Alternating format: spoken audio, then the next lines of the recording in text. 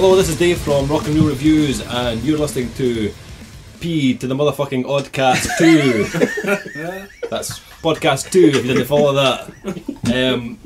Speaking of Oddcasts, we'll have the whole Rock and Roll Reviews team here once again. Woo! Yay! Woo! Aye, so we've got Baz. Hello! Duncan. Hello! Mark. Alright! And Mikey. Hello! Nice. Turn the bell. We're back again for another podcast. Lots of shit to talk about, albums, films, etc, etc.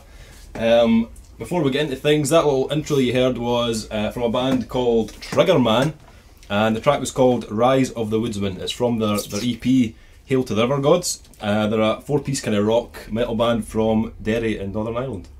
We're going to be talking about them a wee bit later on, and we'll play that track in full at the very end. Okay, so without further ado, let's get into this. First on the agenda today is movies. We're going to switch it up this time. So, first things first. Dark Knight Rises. Dark Dark Knight Knight Rises. I Rises. think we're going to start there because it's probably one of the most anticipated releases of the year. Yep. And a few of us have seen it. I haven't. Who wants to kick us off then? Mikey, you Well, I actually reviewed reviewed the it. film, didn't you? Yeah.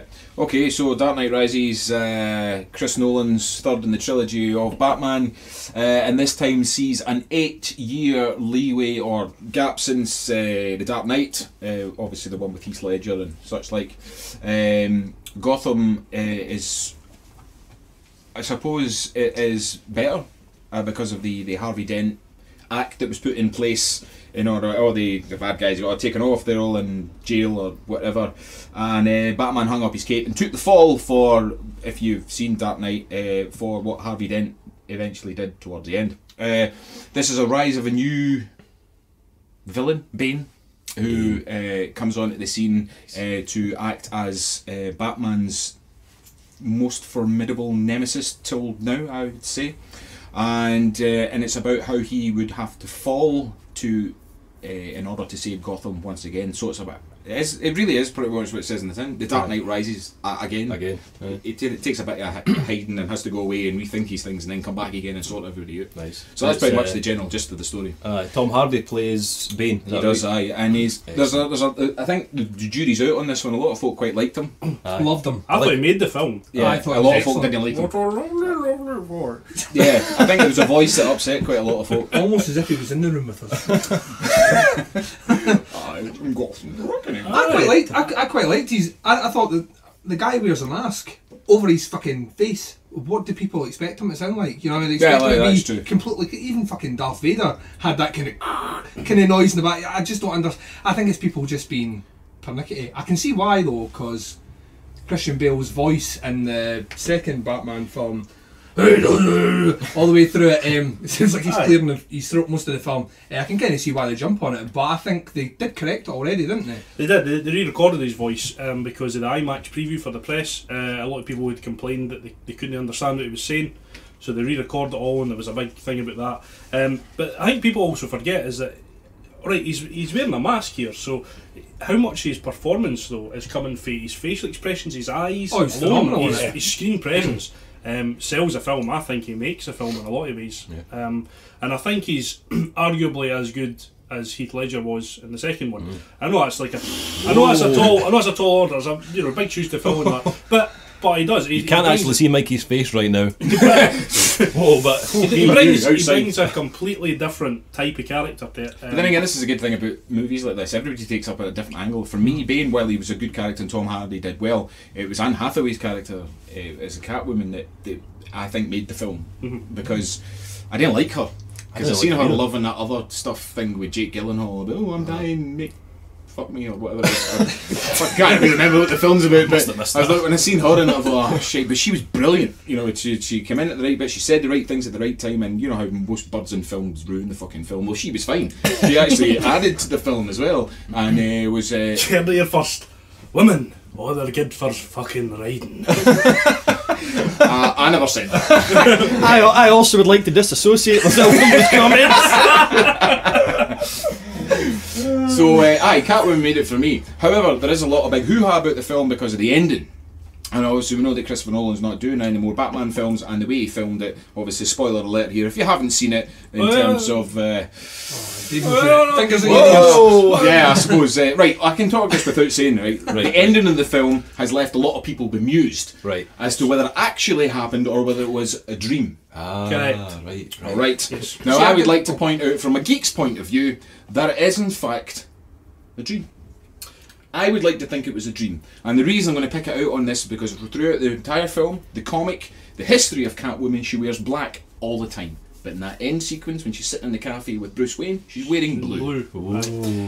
That's the thing. I felt the end was very much. I had arguments with people. This. I think it was really open to interpretation. Yes. I felt like, but again, I'm not going to say anything specifically to spoil it, but it does leave it open to what do you think? How do you think it should have went? And it's not clear though, because other people that I've spoken to think that no, it's a closed ending. This is exactly what happened. What you see is, that's what season 10. I'll be honest, I didn't even give it a second thought at all until I got in the house, and then the day after, someone had posted a review, and I went on and checked it, and they went into great detail about the end, and then obviously they mentioned Inception, Christopher Nolan's previous film, and then when I thought about it, I thought, that's probably what did happen, but then part of me thought, Nolan's quite cerebral that way when he makes his films. They can be taken from many different points of view, and I think he enjoys making films that way, but I don't know. I don't know. All I know is I watched the film, I thought, I did like the Catwoman character, although she doesn't refer to herself as Catwoman. No, she's not referred to as a... We refer to her as Catwoman. Yeah. And it just so happens that the goggles that she wears leave a sort of point on her head to look like cat's ears, So, Bane, I loved Bane in it. I thought Bane... At the risk of getting you agitated again, I thought Bane was probably... I actually preferred him to Heath Ledger, but the reason I preferred them is because they're similar in a lot of respects in that they're both kind of chaos bringers, but while Heath Ledger's character is kind of scatty with the chaos, Bane's very organised. Well, the Everything's Joker does it disciplined. for fun. Yes. Whereas Bane has reason behind it. He's got a purpose, and I quite enjoyed that. That's the kind The He has an agenda. You'd like him. Yeah, he does, and they cover the backstory well in terms of the prison that he came from, and that he puts Batman in. It's all true to the comic, and that was all very good. But I suppose there are aspects that are inaccuracies, but it's all down to interpretation again. As a big comic fan, a big Batman fan, I thought it was fucking phenomenal. I absolutely loved it. But the bit for me, I know everybody's picking the bits that kind of made the film for them. That Mike, you're saying you liked the Catwoman character and all that. See, for me, the one thing that really grabbed me was, without spoiling anything for Andy, during part of it when Bane's taking over Gotham, and there's a kind of lawless society in place, if you like. See the feeling of kind of desolation and hopelessness. I actually kind of started to feel it myself sitting there watching it. You just felt utterly depressed, as if you were kind of trapped there. I thought that was just fucking phenomenal. I likened it to Empire Strikes Back. You know how, see when people threaten, I'm going to blow this up, and then they don't do it. I like the fact that when they said, I'm going to blow everything up, and he did. He blew everything up, and then left everybody to kind of deal with that. Same way, that's why I like Empire Strikes Back, because the bad guy's winning that one. I remember feeling quite depressed about halfway through it, and I thought it was brilliant that it could have that effect on me. Watched it. I thought it was an immense film. Speaking just to talk about comic books as well, did you feel? I felt they lifted directly almost a lot of the themes out of The Dark Knight Returns. Frank Miller. Parts of it. Obviously, Nightfall's the obvious one with the whole Bane thing and all that. It was just but the change of city annoyed me though. But the whole thing about him kind of coming out of retirement, and he's kind of. He's older now. He's a bit fucked, and he's coming out and he's having to deal with the change. They didn't deal with that on screen very well though, because one minute he's got sore knees, the next minute he puts a thing on and he's fine. That was another thing. See that there's again. I know you only gave it a 5-star review. I felt that there was room for improvement. Oh, I totally. Because there was a lot of things that were missing. I mean, there's two big things missing out of Batman, and everybody knows these things about Batman. Is Robin, one he's obviously. Robin's Batman. Then he need Robin. One, he's referred to as the Great Detective. There was no detective skills in that film whatsoever. Bane pretty much told everybody what they were going to do. He said they could do whatever they wanted. See if they'd ask for the bomb back. Where I said aye.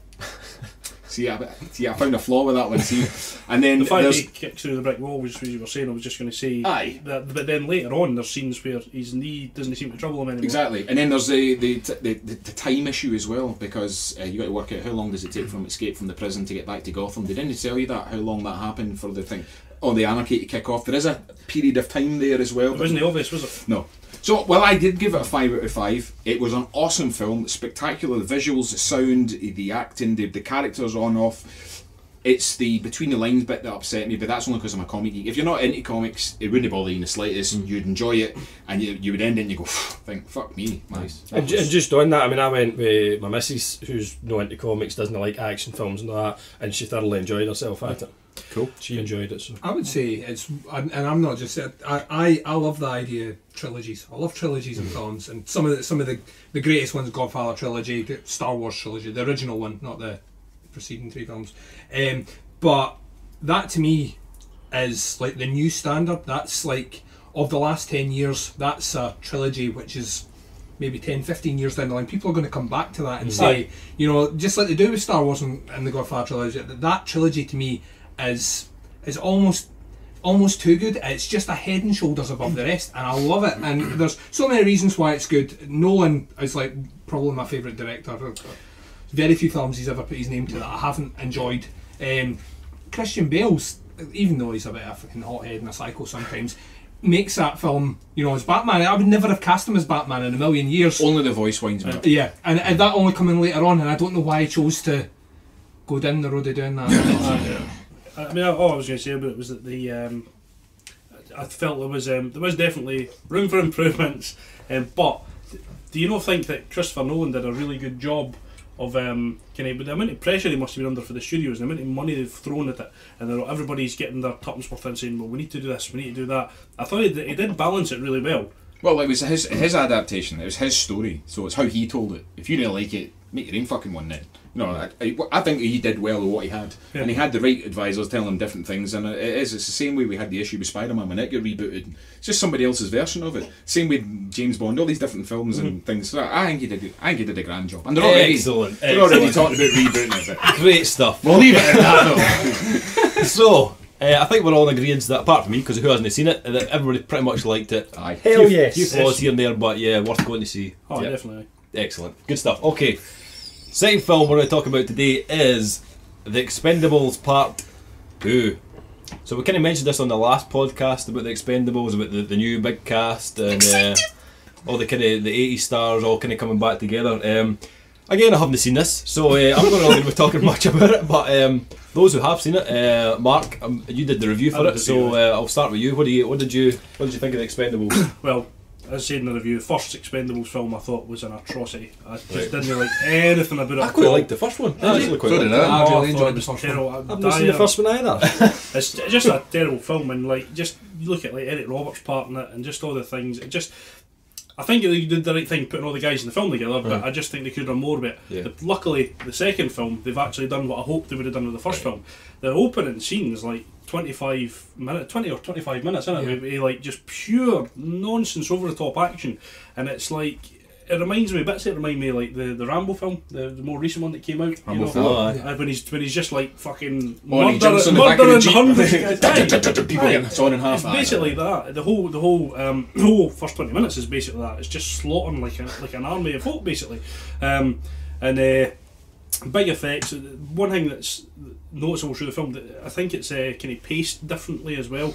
And the first film was directed by Sylvester Stallone, but the second one was directed by Simon West. I think that's had a big impact on Simon West. It's no Simon. Oh. Simon West. Eh? Is it Simon West? I'm sure it's Simon West. You know the boy that got injured in the Falklands? Simon Weston. Nah, That's what I was thinking of. Thank you. neither of them. Aye, not I think his name's Simon West. There's a big change in the feel of the film in general.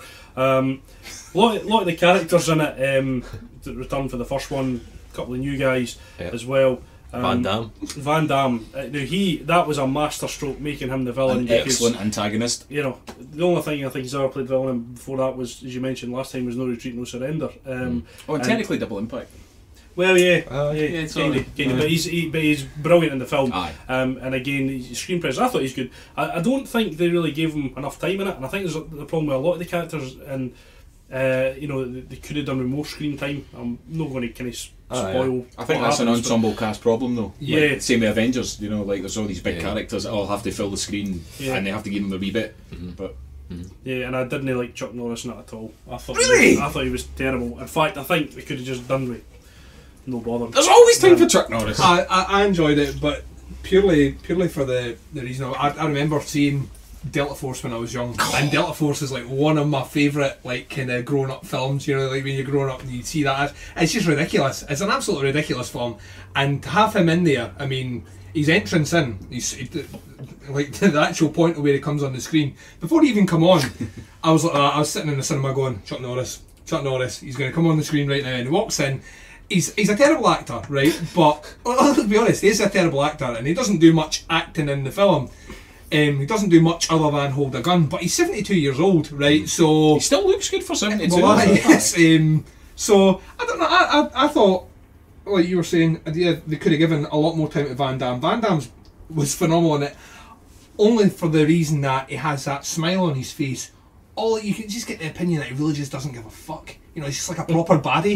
You know, like baddies are supposed to smile because they enjoy what they do. And so many films are out, so many action films now, you get the baddie doesn't crack a fucking smile once. It's He's almost from as if Belgium, though, they all he's look like that. just going through the motions. Yeah, You smugly. know what I mean? I think Bane was smiling all the way through the Dark Knight. Just couldn't see Couldn't it. see it. You can't tell now, but I'm smiling. But I loved it. It was funny. Mark raised something at a time I hadn't. I think you raised it in your review as well. At a time I hadn't given it much notice, but afterwards thinking back on it, it kind of stood out to me, and that it is quite a jovial film. There is a lot of in jokes and gimmicks and references to other characters, catchphrases, and all the rest. But there are a couple of action sequences which totally are out of place, like over the top violent. Yeah. And we had a small discussion on this, and I came to the conclusion that it was because when they originally announced the film, and you know, and they were going ahead with it and all the rest, they'd said that they were trying to aim it for a kind of a 12A sort of certificate, and there was a massive backlash of people saying, "No, we want this to be the most violent bloodbath ever." And then there's certain sequences which they don't. Well, it's not that they don't run in the film, but they're clearly separate shots of people getting shot with a gun and exploding. You know, which doesn't happen anywhere else in the film, and I don't know if.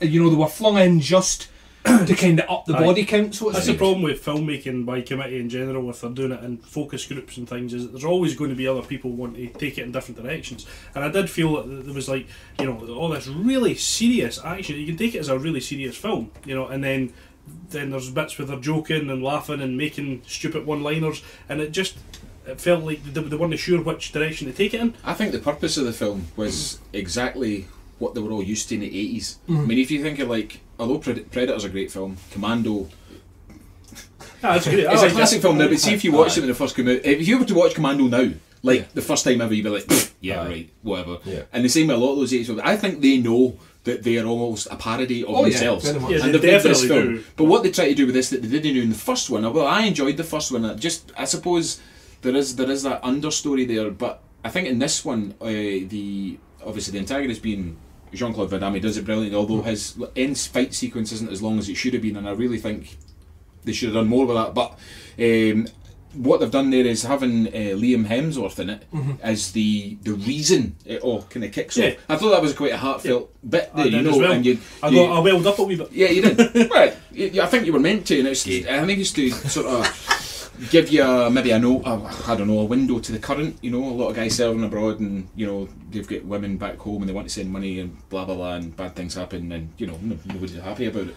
But I think from that angle, that was quite good. But I think, see, when you're just trying to do that 80s thing, Aye. I don't think it's going to cut across well in modern day cinema. No, I know what you're saying. One thing I will say is that I did go to see it twice, and it did actually surprisingly hold up as well the second time. You know, a couple of wee things I noticed the second time around that I didn't to begin with, but I enjoyed it as much the second time. So, Cool. you know, I would probably advise you to go and see it. If you're into action of any kind, you'll probably love it. Yeah. Excellent. Yeah, so that's another one for you to check out. Aye, Dave, check it out. Check. I might check it out. Aye, Baz, check it out. And the first one. Catch up, eh? I'll rent the video of the first one, Mikey. Video, I want to beat Max in my fucked car if you want it. I think it's actually still on at cinema now, the Expendables. So I might just do that. I might just go and see Just it for the next week. deafening sounds of shotguns and stuff, you should go and see it in the cinema. I fancy it. Aye. Okay, so we'll come back to films later on. We're going to do a wee bit on upcoming films in a wee bit. We're going to switch to albums that we've been listening to recently, both good and bad. Just ones that we think you should probably check out. I'm going to start off with one that we put up on the website a couple of weeks ago, and our Twitter page went fucking berserk when I put this review up. There was retweets fucking flying for everywhere. Fucking the actual band themselves retweeted it, and it caused this fucking mayhem on Twitter. Which is the New Jersey Ordcore band, which we'll come back to in a second, the Gaslight Anthem, and their new album Handwritten. I'm going to pass you over to Baz because he reviewed the album to give you his lowdown on what he thought of it. Thank you, David. No problem. And first of all, I'd just like to say you're welcome. No, I am get such a hard on for this fucking album. He's eight. It's I'm not looking. it's brilliant. For those that don't know, I'm a massive Gaslight Anthem fan. Have been for years now. Really? Can't really tell. You say staring at my Gaslight Anthem Yeah, t-shirt. yeah. You bet you're wearing a banana hammock with Gaslight Anthem on it as well. Not wearing anything underneath the shorts, Mikey. Sort of background, the Gaslight Anthem, a couple of years back there, they released 59 Sound, which was actually their second full studio album, and they just went stratospheric at that point. That was when they broke into the mainstream. Now the follow-up that came out a year later, it was okay at the time, but it dated very, very quickly, that album, and I think they tried to mess a wee bit with the formula that had made the 59 Sound so brilliant. And it didn't really work. I know one of my pals was big into them as well. There was a lot of like kind of guitar work that was overlying in the background and stuff like that, and that irritated the crap out of him very quickly. I just found that American Slang dated very quickly, and I didn't really go back to it an awful lot. So there was a lot riding on Handwritten for me. It's just brilliant. Like I said in the review, it's everything that made the 59 Sound amazing. It's all back. The big kind of arena stadium rock kind of anthem stuff's there. The last song on the standard edition as well is one of their kind of ballady ones. It's got a real kind of Nebraska Springsteen feel to national anthem. It's the highlight, and I'm not normally a fan of the slower stuff. One concern I did have was in the intervening time after American Slang, Brian Fallon had gone and done a side project called The Horrible Crows. That whole album was much more slower, acoustic-y, and it did its job for that, but it left me a bit cold. I was worried that was going to come forward like the Gaslight Anthem. Couldn't be more wrong. They've gone completely the other way. It's the Balls Out Rocker again. Excellent. It was absolutely brilliant. Right. The only reason, as I said in the review, it didn't get a 5 is that it's just not quite as good as the 59 Sound, and I'm off a pernickety about giving it 5s. So only any other band had done that album, they'd have got a 5 any day of the week. You say that you had a good wee line in the review, like you said they'd set their own bar too high. Yes, so it's based on the absolutely. previous. I don't think they'll ever top that, and I don't think they need to. Just keep fucking writing songs like that, we'll all be happy. I really like the Gaslight Anthem, and I really enjoyed the 59 Sound, but I actually prefer Handwritten to the 59 Sound. I've had it on repeat for the last kind of three weeks or so, and I'm not tired of it at all. I think it's really well written. I think even if you're not into kind of punk or ordcore, you could sit and listen to it and probably appreciate it. Like my wife, she sits and listens to it, and she loves it as well. Like, it's really a really well written album. I'm really looking forward to going and seeing them live. I've never seen them live before. I've got tickets, but that album, very much like yourself, Dave, has been on, maybe gets played once every 2 days, and has done since I got a copy of it, and it probably will continue right through to the end of this year, and probably into the next. I love the thing about the songwriting is it's really good, really catchy, and there's nothing there that's from a musical point of view, I can appreciate it, but I know for a fact it's not something that people, you know, who maybe don't have a musical kind of background or anything wouldn't appreciate as well. I feel myself singing or humming the songs at work or whatever, and doing that, like, even when I've not listened to it that day, and then going, oh, that's that track off the Gaslight Anthem album. It's really, really, really good. Your review of it's fantastic. I think the only thing, like I said before the podcast, is I've not heard The Fifth Inning Sound, you said it was. I've not heard it yet. Don't make me spit in your face now. You know I like it. But I really want to check it out because I wasn't a huge American slang fan at all. Corinne, that's my fiancée, she went daft about it at the time, and I didn't really. I thought it was alright. I thought it sounded a wee bit too much Springsteen, but his vocals are, and you can. Oh, yeah. I think that's as difficult to differentiate between the fact that it does sound like it does. You're really talking this up to me now. His vocals, that's what it sounds like, but the Made up music's really core. well written. Genres and Springsteen. What? Ogre Core and what? Bruce Springsteen. But yeah, no, I An love it. unholy vengeance on you, that is. There's a mic between us. You can't touch the cable. You actually can't touch the cable. I'll give it a listen. You should. Aye, I you don't should, know. aye. I It's don't a know really if it good will album. be your thing. If what we're saying is kind of putting you off right at the start, I don't know if. But I really enjoyed it, and it's not something I would usually listen to at all. But it ticks a lot of boxes for me. And as I say, I'll be getting played right through it next year, easy. Yeah. There's no hassle at it. And it's of all the gigs that I've been to this year, it's probably the one that I'm looking forward to most. So aye, Yeah. be good. My mate Mark, just the one great wee thing, he's a big fan as well. He was listening to it and straight away he's texting me, he's like, new album's fucking brilliant. Apart from that stupid fucking Silver song at the end, that's fucking shite. I had to text back, it's actually Sliver Martin, it's a Nirvana cover version. He thought it was a catastrophic downturn in songwriting quality. It's actually not, I quite liked it, I've got to say. I thought it was on the alright. special edition? It's on the special Right. edition. There's 3 extra tracks, 2 of which are covers. One's a Tom Petty, and one is a very decent version of Sliver. Quite It enjoyable. actually, his vocals on Sliver are very Kurt Cobain. Yeah, they're they very are. similar. They are, yeah. What Tom Petty covered it? Oh God, I can't remember right off the top of my head. I couldn't tell you. It was that good. Brilliant. Excellent. Yeah, definitely check out that. That's a stunning album. And thanks to the band for retweeting the review. Appreciated. Not that you'll probably listen to this podcast, so that was probably fucking wasted. But anyway, That's nice though that was getting out there though. Aye, People, you know, Definitely. has that happened to any other review? Lamb of God. Lamb of God did a retweet of the album that was put up pretty much when the site went online right at the beginning. 3 inches of blood as well. Aye, we've had a few. We did Aye. that. Excellent. Tends to be the overly Sorry. positive ones. Right. Yeah, you can edit that out. Nobody hear it on the recording. I'm sure you will, Mark. Yeah, that was Mark hoovering up his crumbs. Dizer, please. Wheeze Dyson. Anyway, next album we're going to cover is another one that we quite liked, which is we kind of mentioned it in the last podcast actually as an up and coming. It was the band were called Cybreed, and the album was called God Is an Automaton. It's they're a Swiss kind of cyber metal band. Deathwave. Or Deathwave as they. What is that? I don't know. It's a mixture between death metal and new wave. Is it? What's New Wave? I don't know. It's no thrash. I assume you could put bands like Raunchy in that then, in that sort of. That kind of- Possibly. Aye. They do have a bit of an 80s kind of sound to them, especially vocally on this album anyway. Mike, I'll pass to you because you reviewed the album, so I'm going to ask for your lowdown on My the lowdown? album. Yes. Well, I really enjoyed it because I liked all the previous albums. Their style's dubbed as Deathwave. It's Portamon 2. It's referring to the combination of death metal and new wave. The style combines various components and influences of extreme metal, progressive metal, and incorporates futuristic melodies and groove bass rhythms synthesized with prominent electronic music elements such as trance, ambient, and dark wave. Is that alright? That's That's fine. pretty much covered it all. Sums that up, right? And you're right, Dave, they're Swiss.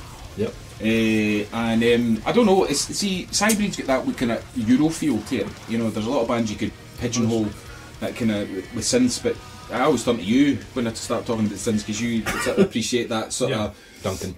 wave of. I'm thinking of like British 80s pop bands. Oh yeah, I'm a massive. You know, like massive, New Order and all these sort of bands. Duran, though. And Yeah. like, you know, all Well, that Cybreed sort of stuff. actually- I absolutely love that. They cited them all as influences though. Like, Did they? Yeah, totally. Is that kind of and then infused that with a sort of progressive metal sounding. So the songs do have that sense of a sort of through composed, a sort of very melodic yet what do we call that term now?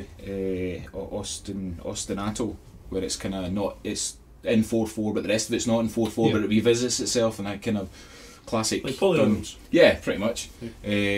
I know, I really enjoyed it, and it's just the sort of futuristic sound of metal, where the guitars don't sound as chunky and as high end. It's a more a subby sort of.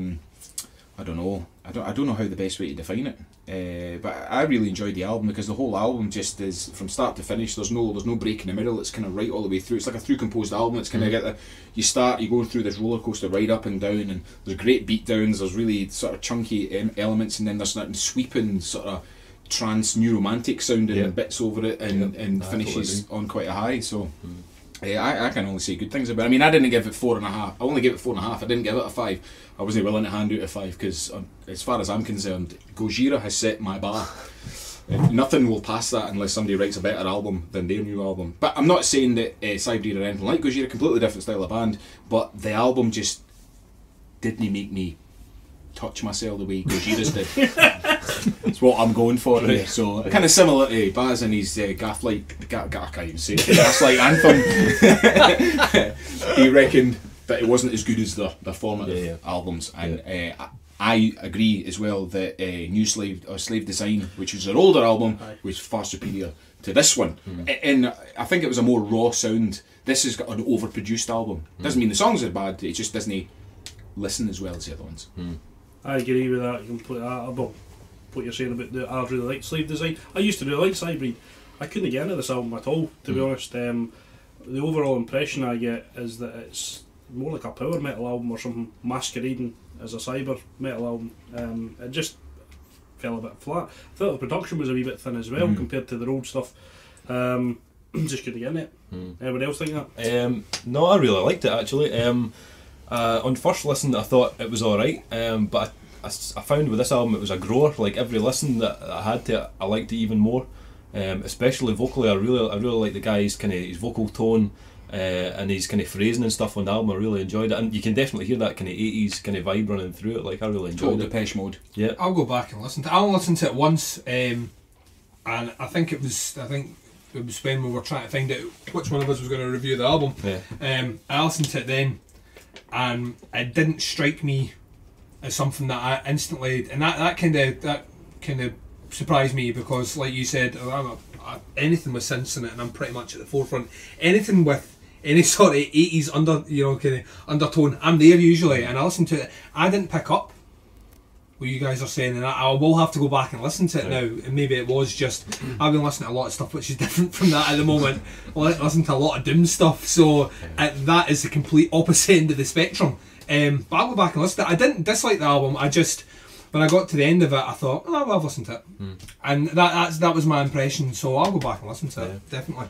I did like your review though. Alright, well, I wanted to say more about it, but it was just like what Mark said. It was just a kind of.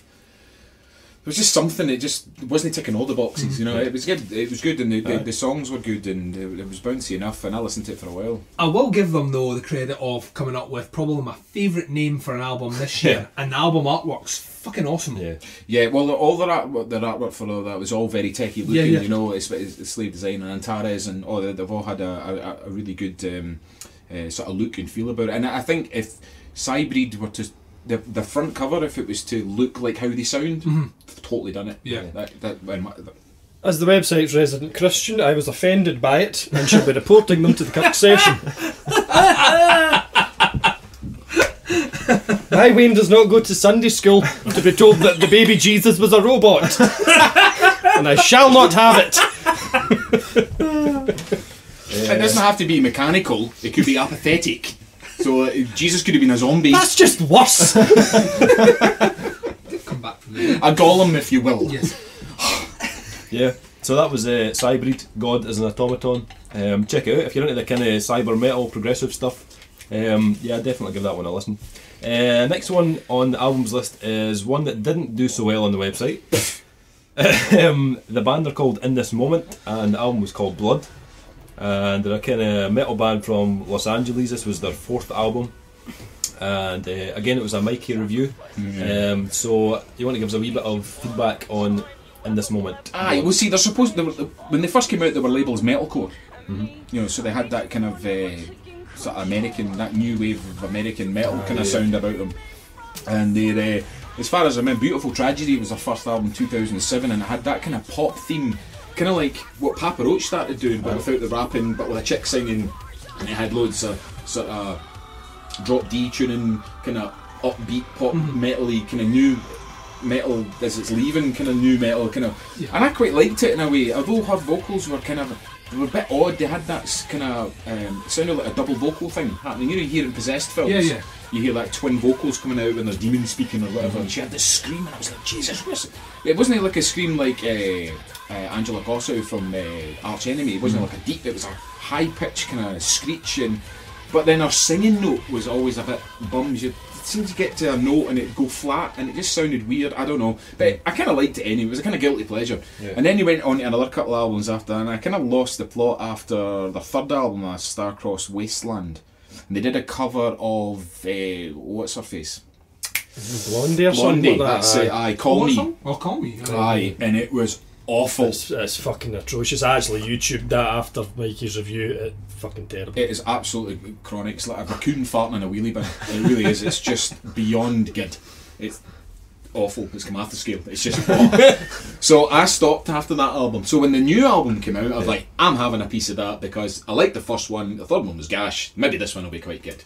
Oh, fucking wrong was I. I swear to Christ, I might as well have just set fire to my pubes and beat the flames out with a hammer. It would have been much a better sensation. It was. I don't know what that lassie's thinking. In fact, I don't even know what the band were thinking. If you section all the albums, they've won on vogue with what's current in the charts and tried to mix it with a little bit of metal.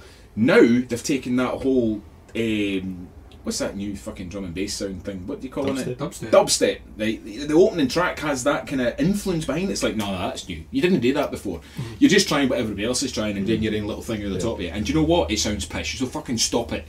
And then she's using her vocal harmonies and melodies, and she's copying everybody. She's like, oh, what does Madonna do now? Right, I'll sing like that, but only worse. Amy Winehouse, I'll give that a fucking bash as well. Anastasia, let's try that, even though it's totally out my fucking range. And the band are just in the background looking at a book going, what's that? What key is this in it? Aye, well, just chunk away, and then the post-production, some twat with a keyboard going, yeah, fucking fire it out the door. We'll talk about blood, I can't remember the fucking This is all rumour and speculation. This isn't actually an account of what happened. But that's what it sounds like happened. And then I watched the video for the single, and then again, it's all about her. It's just all about her. The band seem to have been brought in as session musicians. Like, you're clearly not pretty enough. So what we're going to do is we're going to dirty you up, make you look like zombies now, and you're going to go and shoot a video. And we'll get this chick who, in her defence, is no bad looking. Maria Brink. Right, she's a bit of a looker, right? I mean, she's no Erika Eleniak, you know. No, she is not. You know, I mean, she's no Doral fucking Bess. Exactly. I hear you right there. But she's no bad, you know. But there's something about her that's kind of like reminds me of like Kristen Stewart from Twilight, and that other Muppet that's who's the other one, the English one that's doing that new film, that Anna Karenina thing. Anna Karenina. Aye, what's her name? That's the actress. Bend It Like Beckham. What's her face? Aye, what's her name? Oh, come on! Oh, come on! It's on the tip of my tongue. Aye, she was in Pirates of the Caribbean. Pirates of the Caribbean. The first Keira Knightley. Aye, Kristen Stewart, Keira Knightley. You know, for that again. They've got one of the faces you just want to like smack repeatedly with Thor's hammer. It's what do you call it? It's like it was Bill Bailey. Bill Bailey describes it as a face that looks like they've left the stove on. Aye. It's constantly like. Just realised an hour later that they might have left the stove on. That's just I know what you mean. Like Joey and Friends says, like the fart acting. Yes. I smell the fart. Right. So they always look like they've just smelt something. Aye, right. So I've lost my thread there. Oh, aye, Maria Brink. She's no bad to look at, but she sounds gash. Is where I'm going with this one. The band is generic. It's generic metalcore rubbish. It's just nothing good there. There's hundreds of bands out there who do the same thing and who sound brilliant. If you're into that sort of thing. And I think it's all an image rather than a sound. They're all more interested about how they look and what they're doing to sell records rather than to write a really good tune and really get it out there and get their people into it. But the problem is, society today, everybody's wanting everybody to do all the work for them and they're listening, I totally know what she's thinking and feeling. It's quite interesting actually. I had a wee look at the kind of stats on this album released. It actually landed on number 5 in the US rock charts. Really? So someone's fucking buying it in America. Number 5. Well, that was my initial thoughts straight away. I agree with pretty much most of what Mikey was saying there. Yeah. It's almost a vehicle for this wee hot looking chick that can kind of sing a wee bit. Do you know what I mean? But as I was sitting listening, track 1, I don't even fucking know what that was about. I only start the album at track 2. So I don't know what the fuck track 1 was about. And track 2, it starts off. I was kind of going, oh, it's that kind of Evanescence type fucking thing. All right, here we go. And then it veered all sorts of ways, and it's exactly what Mikey was saying. It's like they've heard something on the radio. Oh, we should try that. That fucking wee bird singing like that. Do you know what I mean? But as I was listening to it, I remember thinking, it's going to sell shitloads. Aye. All these wee 15-year-old ones that go to the Cat House Unders and all that will be lapping this up. The wee guys will be wanking themselves blind to magazine pictures of her. Do you know what I mean? And my final point on it, the song Comanche is the worst thing to hit the Native American nation since fucking smallpox. I maybe wouldn't have given it a 1. I think a 1 was maybe slightly harsher than I would have done it, but they wouldn't get anywhere in the fucking 2. I was actually. It was funny. We were talking about this. I hadn't listened to it till last night, and I was like, I'm going to give this a couple of listens through. Did read your review, and it's funny because we're all kind of discussing the point, but I don't think she has a very good voice at all. I think it's all aimed at everything, all the press, all the promo stuff are headshots of her. There's nothing they know in it. It's all fucking, oh look, I'm wearing this funny makeup and I'm wearing, and I listened to it and her voice puts me off. I thought musically, right, it wasn't the greatest thing, but I didn't think it was bad music in the background. I thought the band are obviously the band, but this happens with a lot of female fronted metal bands, and Evanescence, you mentioned that, it's exactly the point. It's basically, I don't think there's any recurring members on any of their albums as session Just that musicians Amy Lee, that isn't it? basically just come out and write music in the background. It's kind of stock vehicle for her vocals, but she can sing. She's got a fucking amazing voice. Yes. This woman, I disliked her. I thought, and this is coming from the Bunny the Bear man, I thought 1 was a wee bit harsh, but I wouldn't have got more than 2. Definitely not, in my opinion. It's just fucking. Am I the only one that thought her vocals were quite hot? I thought they Really? were alright. Aye. I didn't mind You're them. getting sucked in with the wee corset thing, I might Dave, and be, the push I might up be. bras, and don't get sucked in, It's big not, man. not that her voice was like great musically, but her Sure, her nice. tone was quite hot. If you're going to sell, if you're going to Give me the sell a horn a wee band, bit. if you're going to sell a band on the premise that they're fronted by like a woman who looks a certain way, they have to have, in my opinion, a fucking really good voice. I think that's the point. And a great rack. And a great rap. I think you'll find I referred to as being that she pants and heaves through every song like a student on a 31p a pint night. I think, see, you Sold. were talking about how like the band being in the background and stuff. When I'd seen the album cover, I mean, I didn't really know a lot about them, but the album cover, it's just her. Yeah. And I Yes. thought, alright, I thought, so is this like, is it a solo album? Yeah. Or what? It did remind me a bit of Cell Dweller-ish, that kind of production style. Yeah, some of that in there. electronic. Reminded If me, only. strangely, and this is a bit kind of left field, reminded me a wee bit of Psycho, some of the riffs and You said some that, of the I never things. noticed that. But I'm interested. I'm surprised though, Mikey, that you hated it as much as you did, but then you liked Cybrid as much as you did, because they weren't a million miles apart musically. They had kind of electronic influence and kind of similar kind of paced riffs and things. You doing coke? You've been drinking before you came here. Yeah, that Not should. No. See, the thing is, right, my brain's been getting audibly raped recently of all the music that we get into Rock and Roll reviews, because I reviewed that Mutiny on the Bounty, right? Wasn't going to like that at all. Turns out I actually love it. Right? I hate Biffy Clyro and stuff like that. All that kind of Franz Ferdinand rubbish. Yeah. He gives me that album review. I like it. What the fuck's wrong with that? So I can see where my wee radar's maybe off here. No, but I know what's good, and I know what's shit. And in this moment, while I did agree, do you know why I gave them a 1? Why? I'll tell you exactly why I gave them 1. Because I was reviewing Monument's album at the same time. And John Brown said, "Oh, they're on the same label as us. Be kind." So I did. Otherwise, I'd have got fuck all. Because that is 66 minutes of my life I will never get back. That was interesting. You said that to me. It felt like a really long album. You said to me yesterday on the phone, it's quite a long album, eh? What you didn't know is it had taken me 6 hours to get through it because I wasn't able to listen to it all in one go. But it is quite a long album. It feels long. It does, aye. It does. Aye, so that's in this moment. And in fairness, I don't like giving bad reviews. No. I'd like to say there was something at least good from it. I'm finding it really hard though. Yeah. give it a listen if you really want. Check Or out you the could review. staple your tongue to the wall. Or you could do that. Yep. So that was that's our kind of albums that have been played kind of repetitively over the last few weeks. Well, maybe not so much in this moment, but Gaslight, Anthem, and Cybreed definitely. I've got a wee quick discussion on like we did the last time. We did a discussion on genres, and we chose gent the last time. Although there's an argument that it's not actually a genre, but anyway, we're going to talk a wee bit about orgcore. That was orgcore. Not ogrecore. Not ogrecore.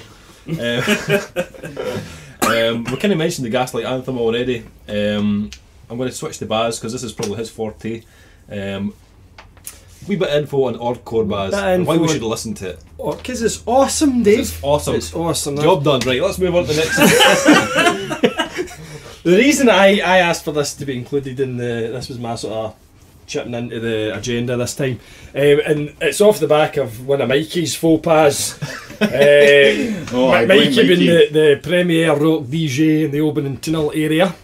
I had requested an orgcore song via his Facebook page, and on air he reads it. He's asked for this. Is it ogrecore thing here or something? He just fucking made that up. I'm dyslexic and he's mocking me. So I sent a strongly worded post to Mikey's Facebook wall explaining that this You called me a wasn't fucking fact. heathen, is what you said. I think I did.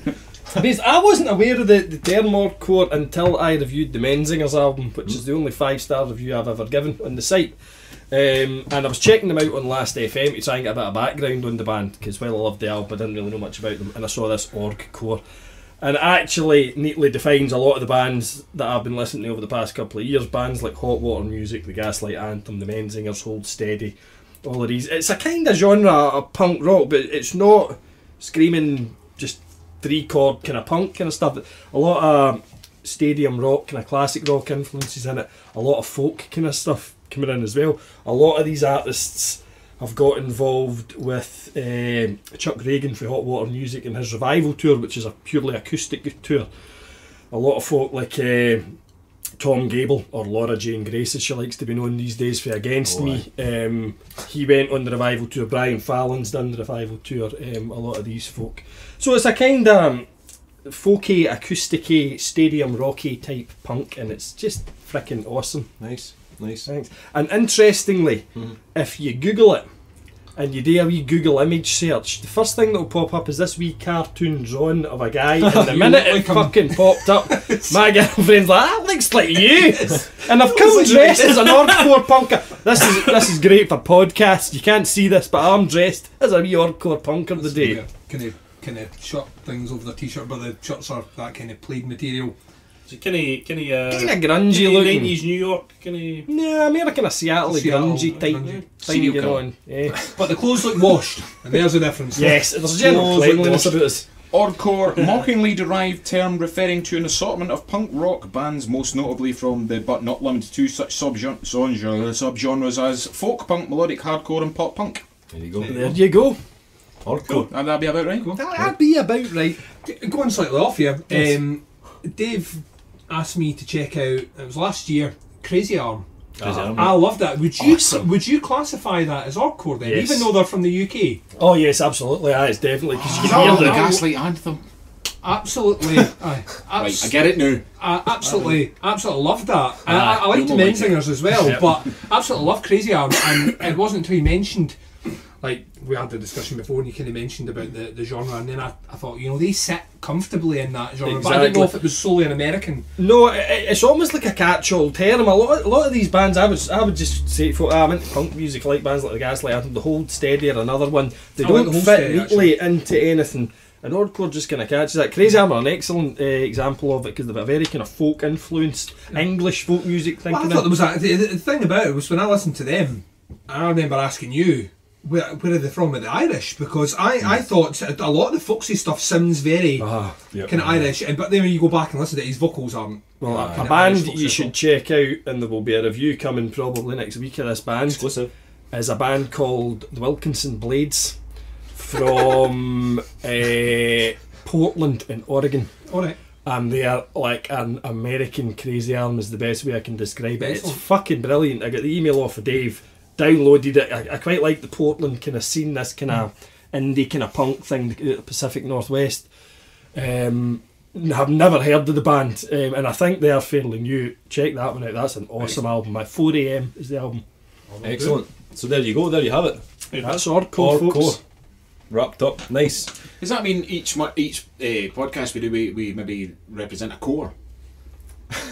Or of some subgenre? Because I quite fancy doing a wee bit next time on Crabcore. Just found out about it the other day. Crabcore. Crabcore. Aye, It was could fucking do. hilarious. That Attack get labelled as Crabcore Crabcore, apparently. yeah. Aye.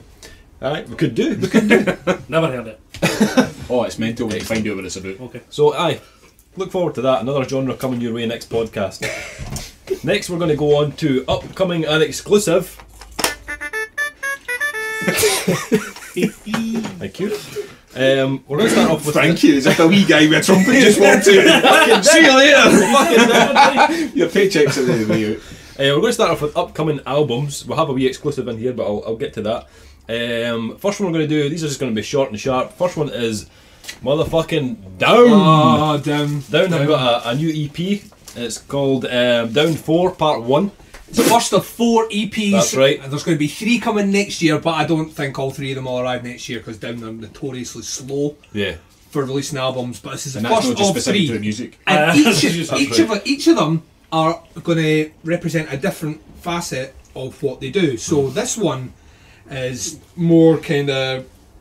It's going to represent more of the kind of heavier side of things, more of the heavier solo stuff. But they're also, I think the next one they're talking about doing is going to be more stripped back, more kind of acoustic work, Nice. which I can't wait to hear. That'll be good. Because Anselmo can be hit or miss at times, but when he's on, especially on albums, his vocals are fucking amazing. Yeah. And we've only heard one song proper from it, and it's called Witch Tripper, Check that and out. it's fucking amazing. Can't wait. Would it be fair to say you're a wee bit excited about Oh, this? this one! I said to Dave as soon as I found it was there was definite release date. This is a contender straight away for top 5 for me. Straight away with it, and I've only heard one song. One and song. I fucking loved it. Absolutely loved it. Well, I hope Down you're reviewing can it. do no wrong. That's out on September 18th. Be checking that shit out.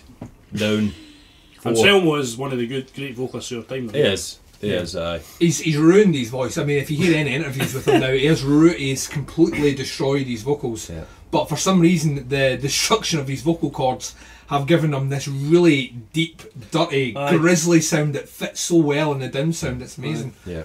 It's But it'd good. be fair to say I'm the only one that's not really fucked about this album. Probably. Yes. Right. Probably. I know I'm not a Down fan. Alright, I'm not huge really a Down Down fan. If you're into your kind of southern, kind of sludgy, kind of Crowbar, corrosion of conformity, all that. aye, you'll probably love this. Yes. You'll love it, yeah. So yeah, that's Down. Next one, I'm personally looking forward to this. The Acacia Strains new album's due out on October 9th.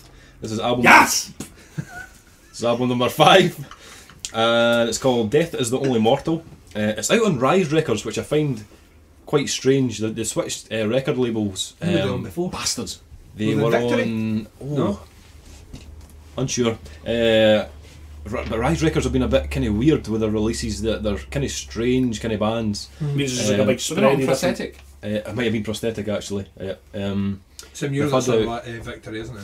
Is that what I'm getting? Yeah. Yeah. Sorry. Anywho, yeah, it's a bit of a strange label. They've not had that many great releases, to be honest, this year, apart from Attack, which I quite liked. But this album's quite interesting because it's being recorded and produced by the guitarist DL.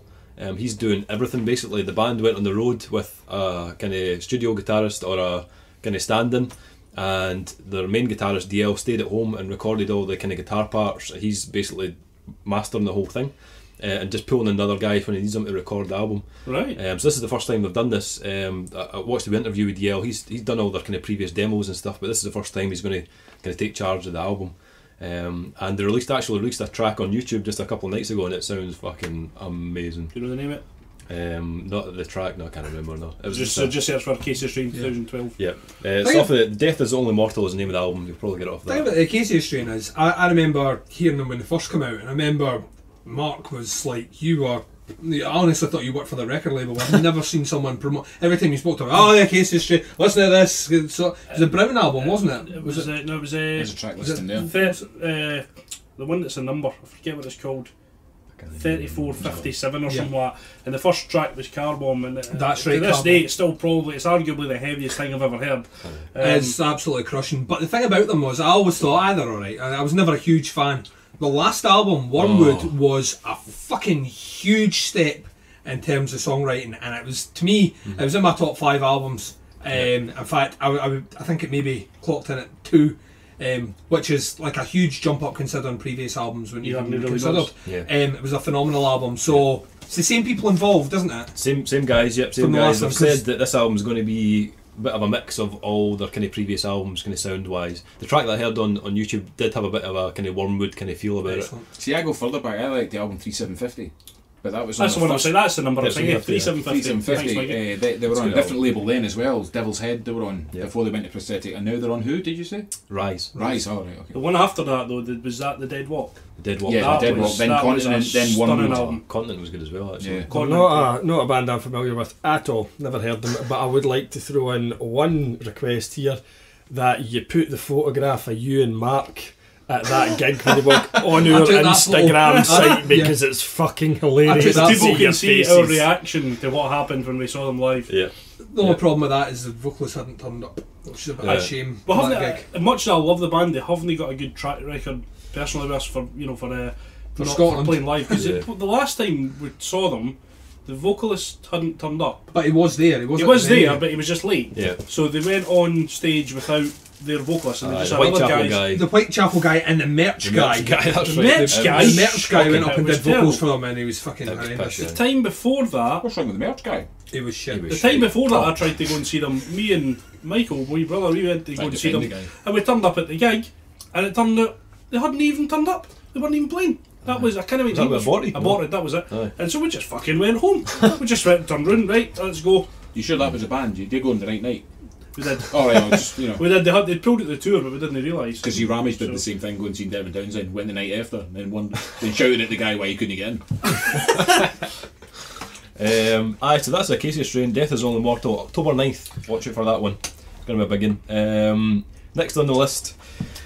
Let's take a wee breath here on the side. Let's not compose myself. Okay. Next one is. I'm really excited to talk about this album, but I'm also really sad to talk about this album. Okay. The band are the Tony Danza Tap Dance Extravaganza. The album is called Danza 4, the Alpha, the Omega. It's out on October 23rd. On I think it's Black Market Activities, I think is the label. Okay.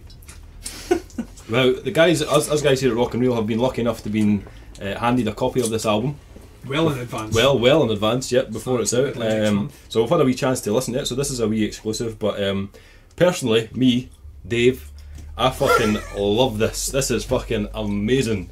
I was a big fan of Danza 3, their last album. Last year it was in my top 5. This new album is stripped down just to the guitarist and the vocalist. The guitarist is basically taking on recording all the instruments. Josh Travis, who's also in Glasscloud, if you like his kind of style of playing, then you'll probably like Glasscloud as well. And the vocalist Jesse Freeland is on this as well, but he just takes care of the vocals.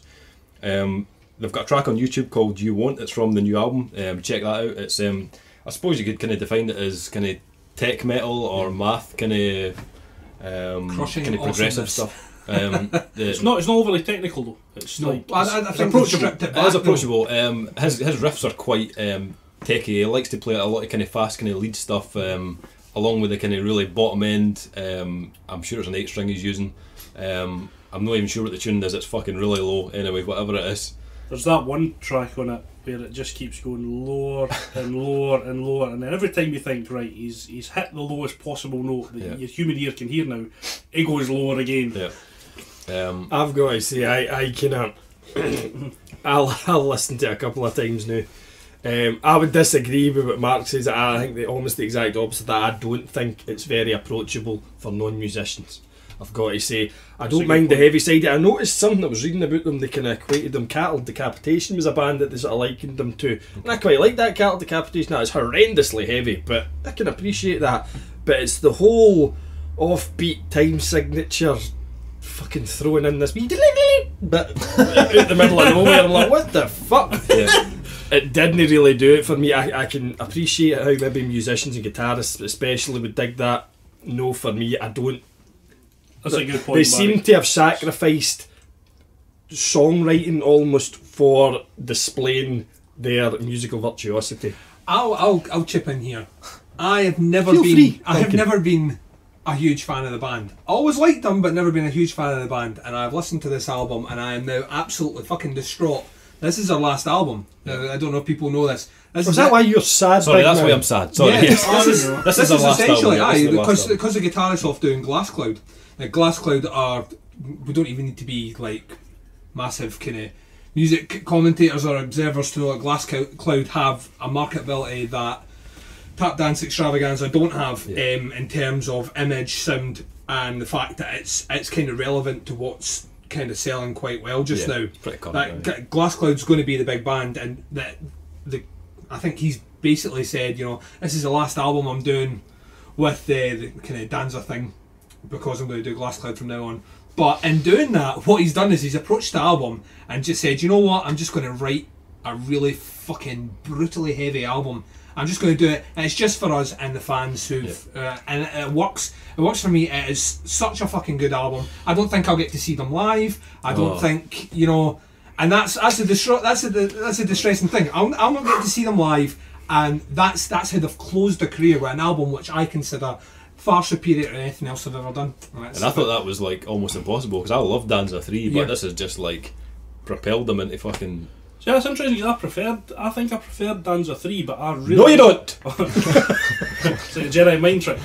No, I do like this album. I do, and I think they've pushed the envelope in some ways. I agree. Actually, it's a good point you brought up, Baz. I don't think everybody will like it. I think maybe it's easy for me to understand being a musician, but I do think they're also.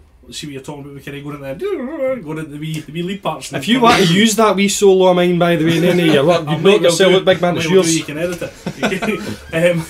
But I think they're probably less guilty of that than a lot of other similar bands, because even there's bands that even I feel kind of alienated for when I try and listen to them. I think, but I find them approachable. But that's a good point you've brought up. The riffs, you said this before, the riffs are so like unique and individual. They're inventive. If you're a lover of the riff, then this is fucking just chock full of fucking awesome riffs. He's a superb guitarist, like it really is. They try. One thing I was going to say about that is after you talked about them, how there's only two guys. I thought that was really it's surprising, because it just does sound like such a unified band. But I was reading up on that, and then I discovered, like you said, that the guy was in Glass Cloud. But I was reading bits and pieces on them on the net, and I found something I thought was kind of funny. That it says that older concert goers often turn up to their shows thinking that they're actually going to see Tony Danza. Expected to Boy see out a taxi. what? The boy, it was Tony Danza, no the boy out a taxi. He was an actor. So they actually think that they're seeing him like in concert or something. That's got to be a fucking disappointment, They eh? get fucking rattled out the place with it. So there's a humorous Conan story which is similar what to reminded that, me of. but That's what reminded me that's of. for a different podcast. Yes, that's it. Tony Danza. It's out on October 23rd. Be sure to check that out. If you're into that kind of style or that kind of genre, then I'd definitely have a listen to that. Last one on the list. The details are pretty scarce on this one. We've got a few, but November 13th sees the number 7 album of Deftones, Koi no Yokan. I don't really know much about this. They haven't released anything on YouTube as such. They have played some of the tracks live, Yes, which you can hear on YouTube. But Deftones are notoriously fickle live. Some recordings of them live sound fucking amazing. I can tell you that it'll be an ambient album, because the Koi no Yokan's Japanese, the sense upon first meeting a person that the two of you are going to fall in love, that you know.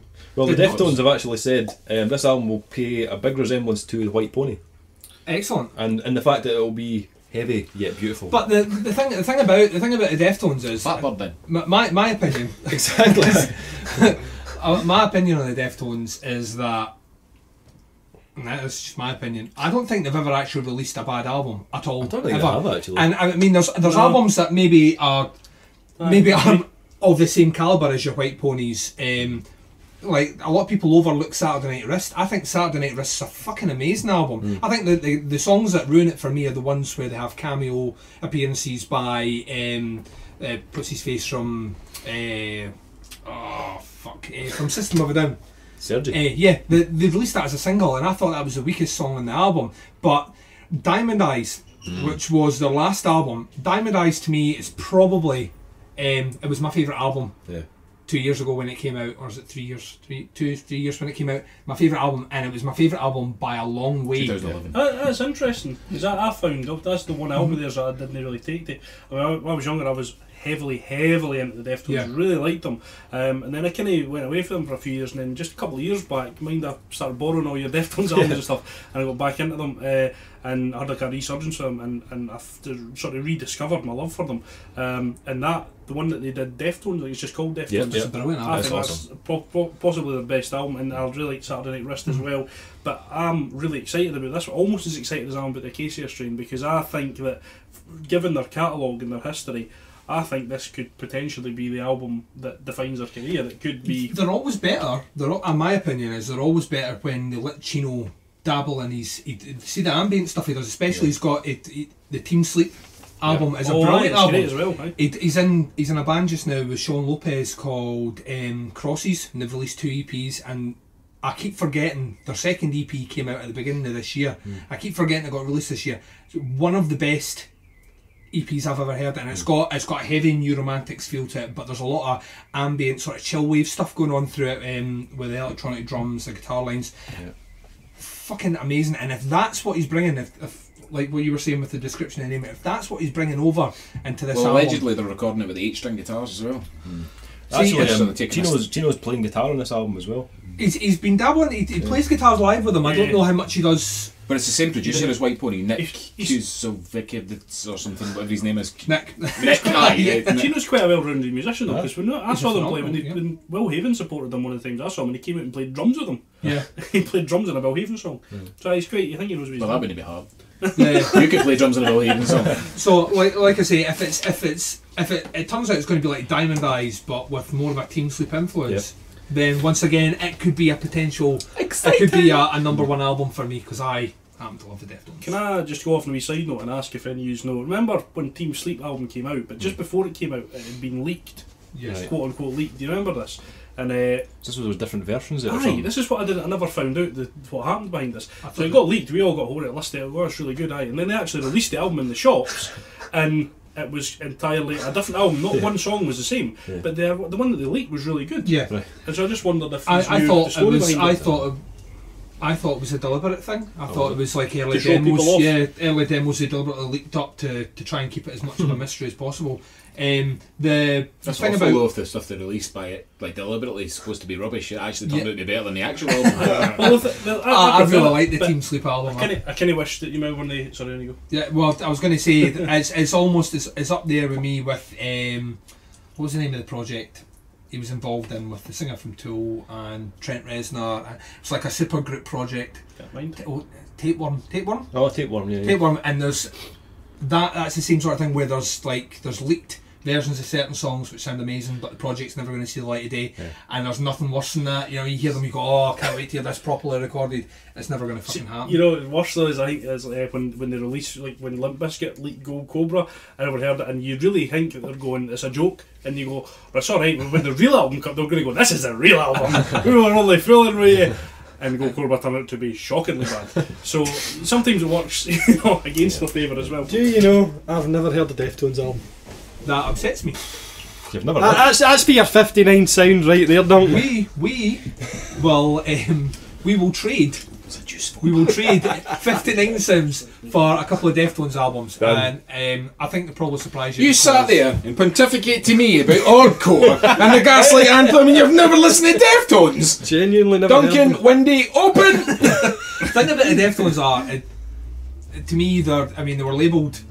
And they did have a new metal feel. I mean, especially the first two albums have that kind of new metal feel. But they quickly went off and started doing White Pony. To me, is an album which is not a new metal album.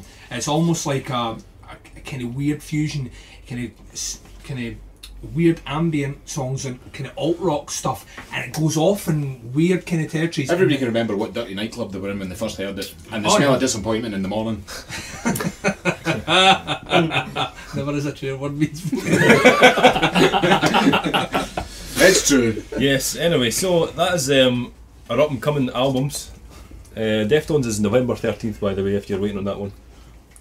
We're going to go on to up and coming films, and we're going to kick it off with Mark's Minute. Welcome to Mark's minute. Marks are pie. And it will be a minute. Well, Go. ish. Well, basically, I just want to talk a wee bit about. I will let you eat into my time now. Come on. No, 50 seconds. I just want. I just want to talk a wee bit about the upcoming RoboCop reboot remake. Sorry. The upcoming RoboCop reboot remake, whatever you want to call it. There's a few details came out about this in the last week or two.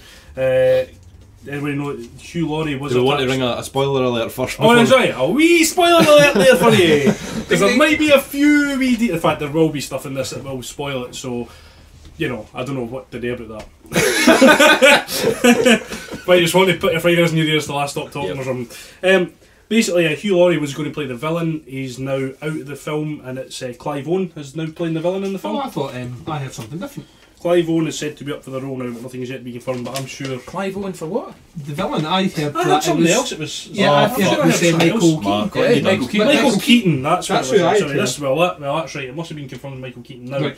That was the first thing that came out. The second thing... Is this going to be right now? Are these notes actually up to date? No, first of all, I should also have said, filming hasn't even started yet. This is all rumours and speculation, right? Okay. But one thing, the director there, Jose Padilla, big known name there, he's said that he's apparently in hell. 9 out of 10 of his ideas are being rejected. He's fighting it and it's making him bitter, and he's describing it as hell.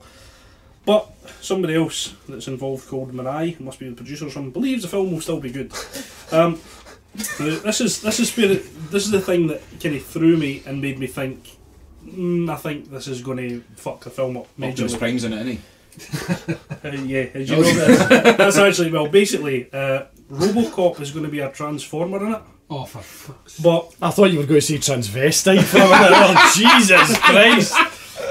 well, he may transform it.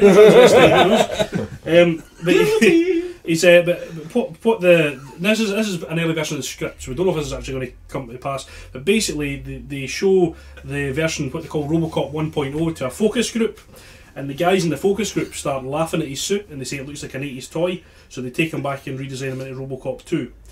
He's supposed to look meaner and all the rest of it.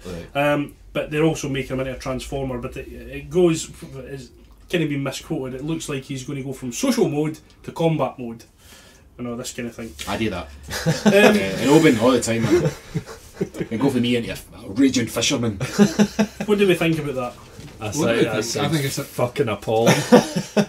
Peter Weller, I watched the interview of him at one of the Comic Cons sitting up on stage, and they were asking him about the TV shows he produces. He does. he was in Dexter recently. We had a cameo. He in did, Dexter but season. he produces TV. I Does can't he? remember what is it, True Blood, or one of these ones. Is he maybe? involved in True Blood? Aye, something to do with that, and they were asking him about what do you think about the potential reboot of RoboCop, and his actual words were, "It's a fucking disgrace."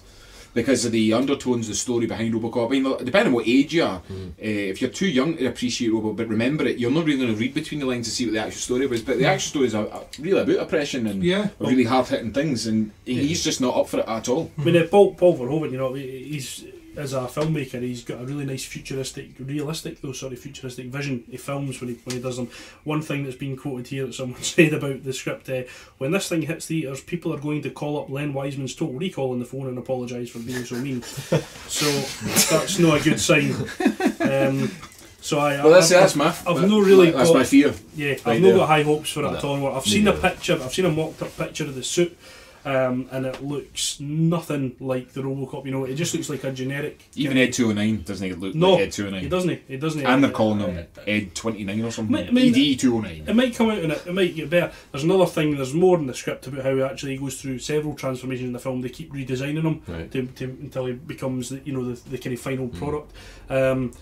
But I don't know. It's probably going to ruin the memories I have of RoboCop. It sounds like fucking Apple does RoboCop, doesn't it? Aye. You'll end up working as one of these geniuses with his wee gay blue t-shirt on, wee tranny robot in the corner with a blue fucking t-shirt and an iPad. So that's the spoilers over now. There you go. We can go back to. That was 5 minutes. That was March 5 minutes. Thanks for that. Hey! As long as we're clear.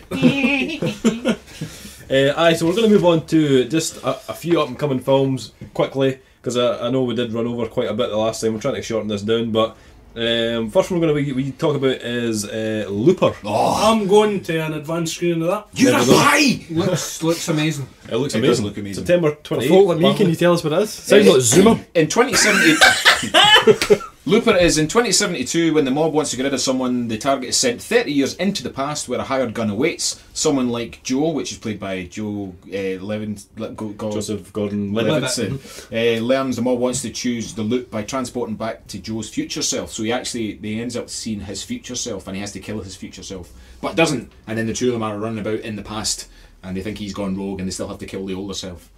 The older self is played by Bruce Willis.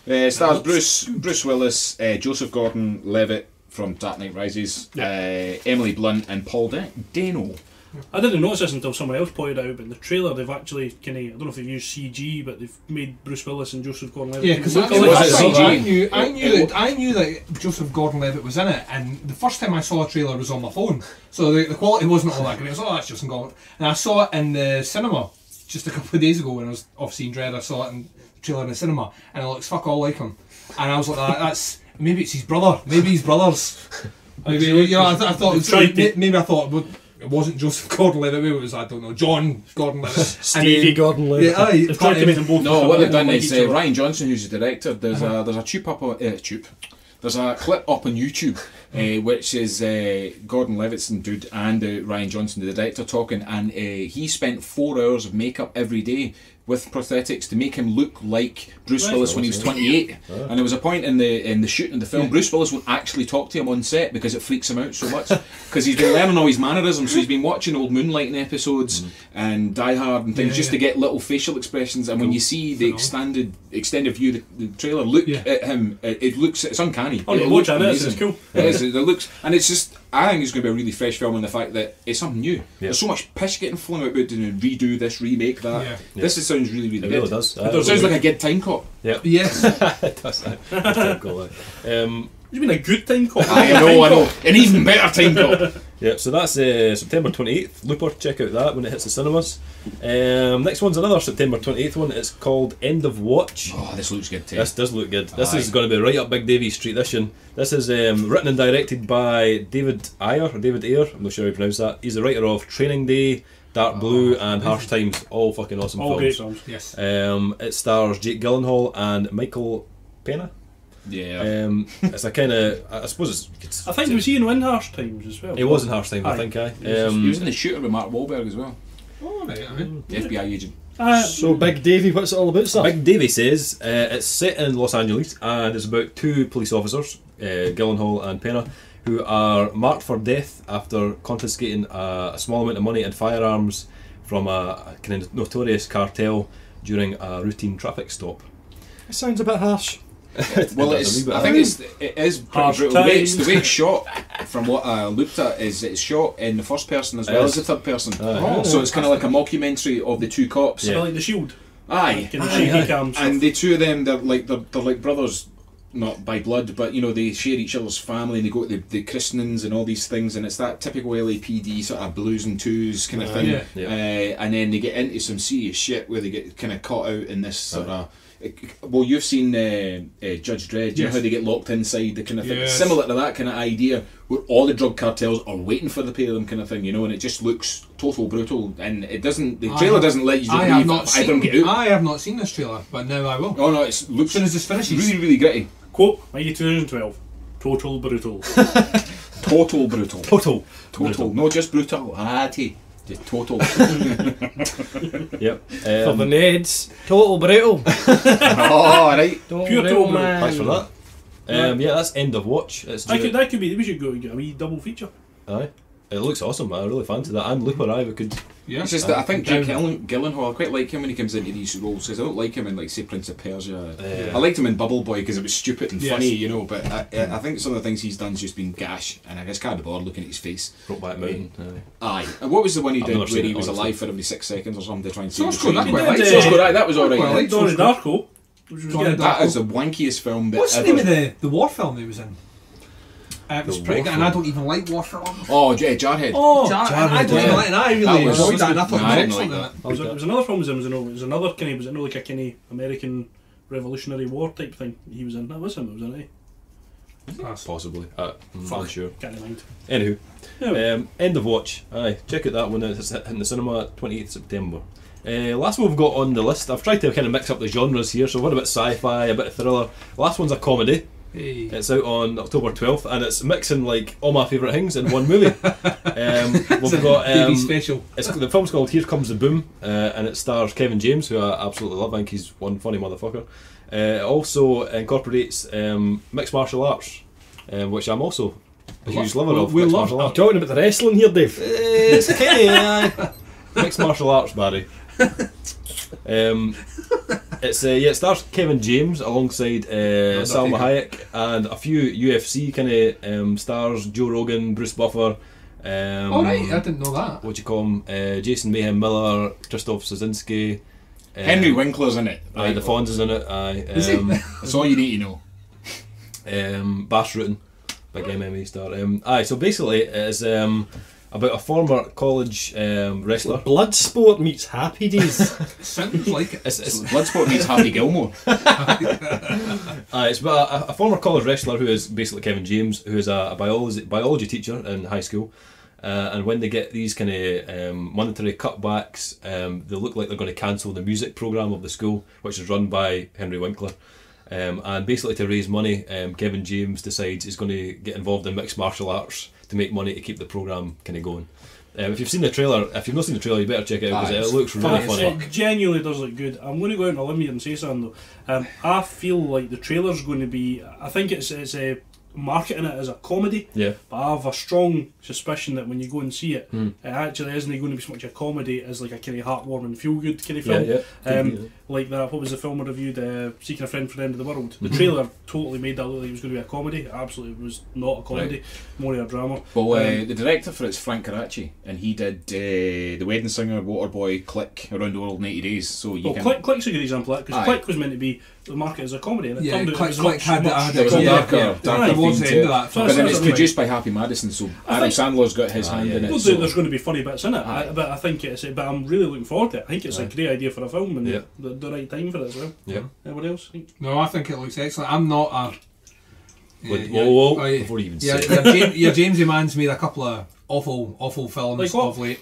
Like what? That one where he was a mall cop. That was a great Fucking film. awesome. Fucking. I loved that film. that, no, I'm with Awful. you in that one. That was utter Awesome. wank. The funny bit was Barry, when he you're slid the along the tiebreaker floor. of and tried to- Is that Paul Blart? Yes. Yes. It was alright. There we go. Right in the fence.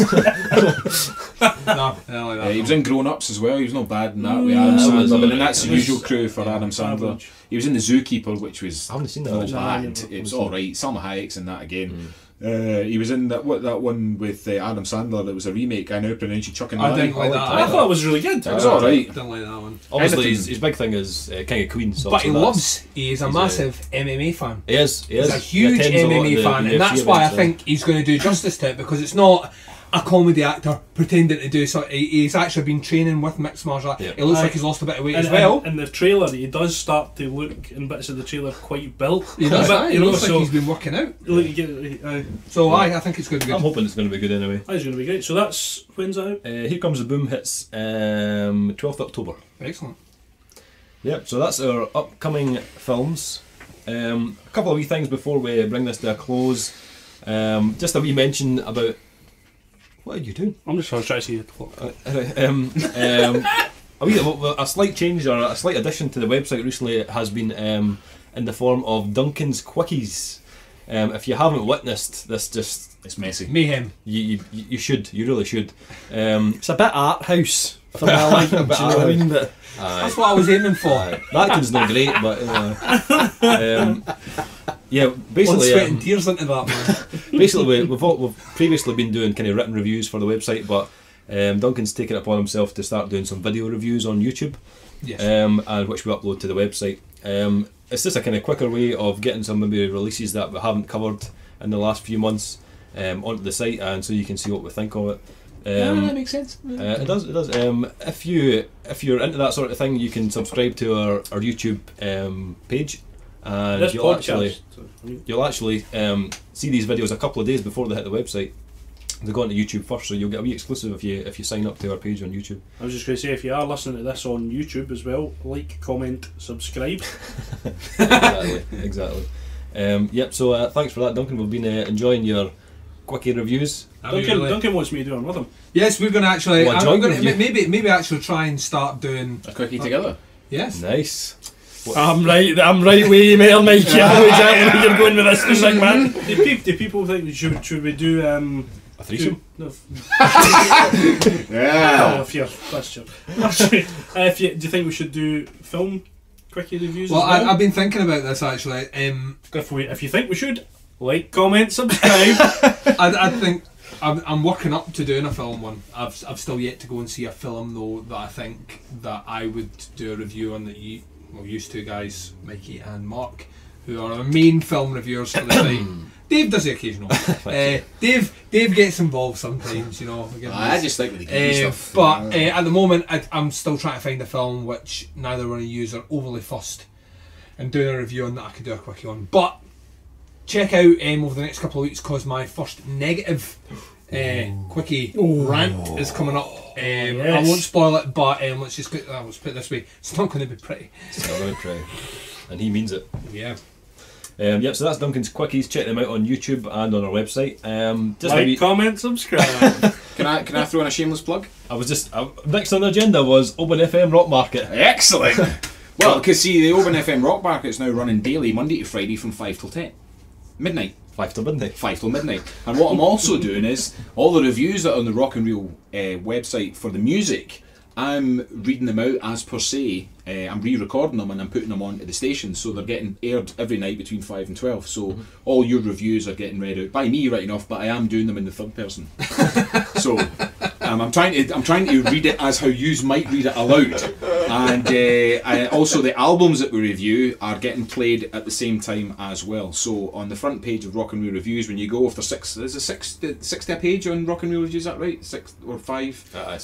Something like that. They generally are on the playlist playing Okay. current every week. I change the playlist every Monday, and then I put the playlist up on the website openfmrockmarket.co.uk. Nice. And it shows you the album, who's playing, when it's playing, and there's reviews, everything. So you're getting the quickies, you're getting the radio, you're getting the music, you're getting the albums, you're getting the visual, you're getting everything.